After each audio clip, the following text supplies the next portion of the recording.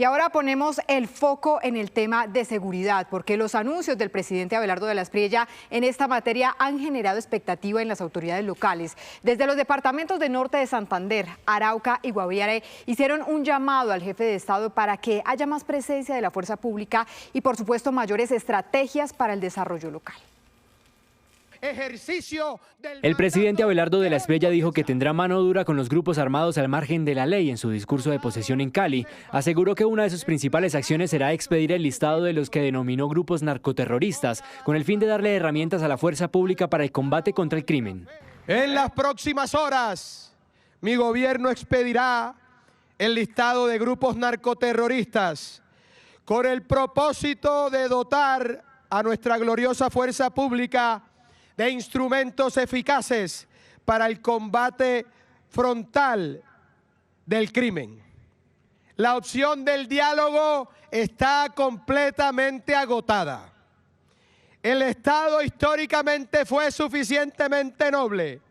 El Estado, bajo el régimen que ha terminado, fue suficientemente cómplice. En la era del tigre será contundente y certero contra el crimen. Para analistas, las declaraciones del presidente de la Espriella son necesarias ante la grave situación de orden público que vive el país.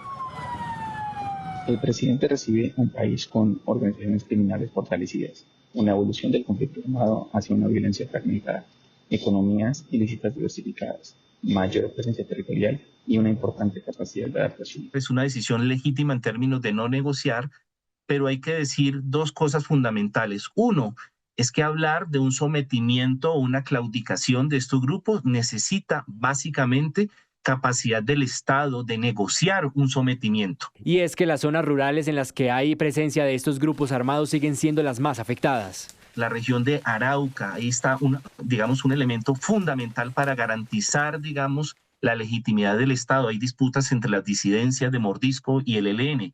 En el Catatumbo, disidencias de Calarcá y el ELN. Sur de Bolívar, muy importante. Desde Ideas para la Paz aseguran que es necesario que se mejoren las capacidades de la fuerza pública para que haya mayor presencia en los territorios y en las fronteras con Venezuela y Ecuador. Definir unos objetivos de alto valor militar o estratégico es fundamental, pero si solo hacemos eso, volvemos a fracasar en la estrategia de seguridad. Hay que mejorar el control territorial.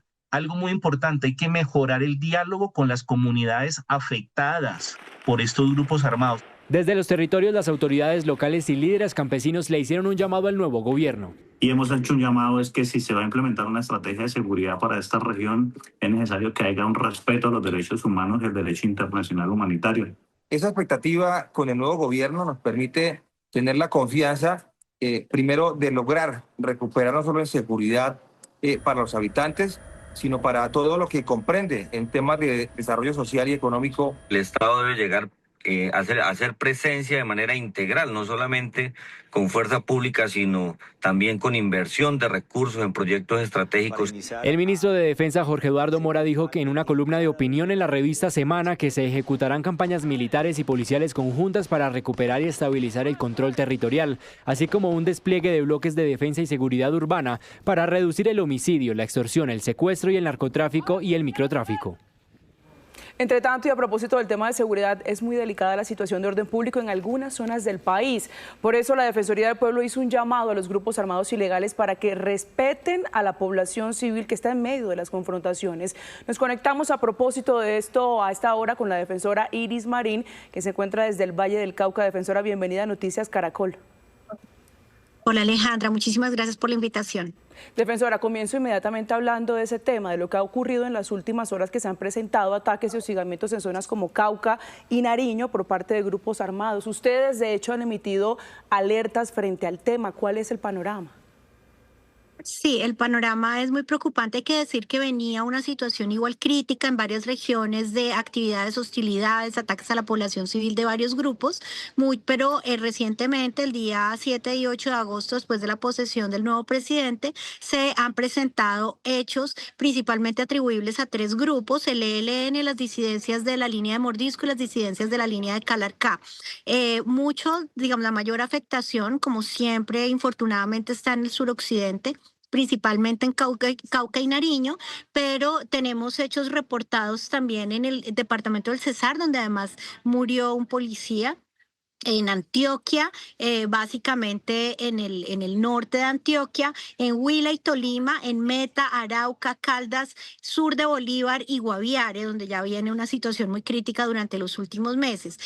Lo que vemos no es como una planeación de algo concertado a nivel nacional, pero sí un interés, digamos, de mostrar algún tipo, tener visibilidad, digamos, respecto de afectando a la población, dirigiéndose a ataques principalmente en contra de sedes y instalaciones de la fuerza pública, pero también con efectos indiscriminados en contra de la población civil.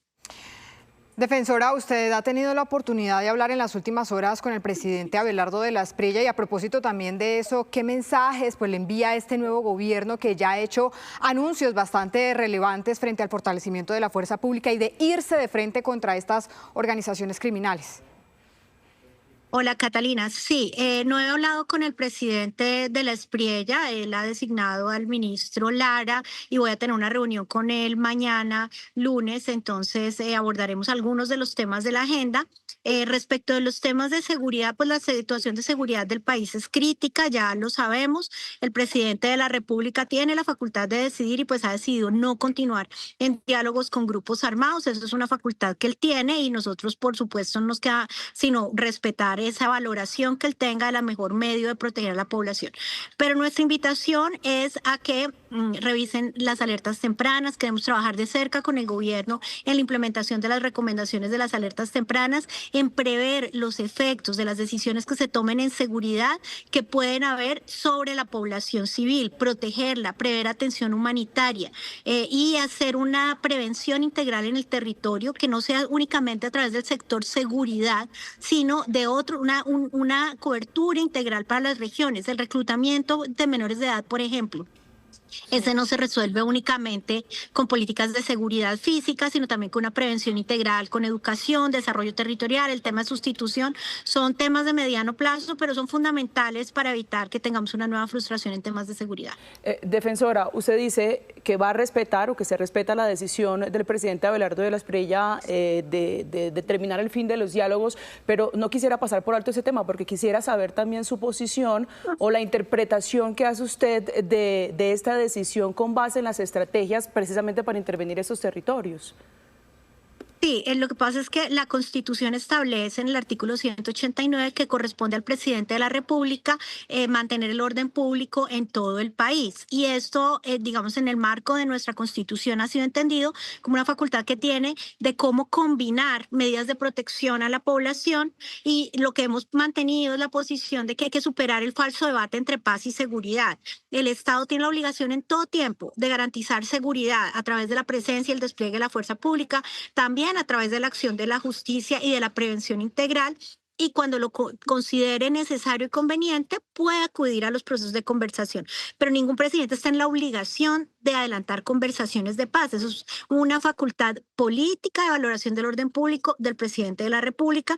Por eso no tenemos, digamos, una posición al respecto. Lo que llamamos es a una prevención integral, al cumplimiento, atención a las alertas tempranas y confiamos en que vamos a tener un espacio de interlocución donde las recomendaciones de la Defensoría del Pueblo puedan ser escuchadas, pensando principalmente cuál es nuestro mandato, pensar en la gente, en las afectaciones a las comunidades, a las poblaciones, que las políticas de seguridad y la acción, por supuesto, ilegal de los grupos armados no genere más desplazamientos, confinamientos, reclutamiento, afectaciones a la población civil. Estaremos velando por sus derechos y haciendo las recomendaciones para que las políticas del gobierno no los afecten. Muy bien, prevención, cumplimiento de alertas tempranas y por supuesto la protección de la población civil. Es la defensora del pueblo, Iris Marín. Defensora, gracias por estar con nosotros en Noticias Caracol. Bueno, muchas gracias a ustedes por la invitación.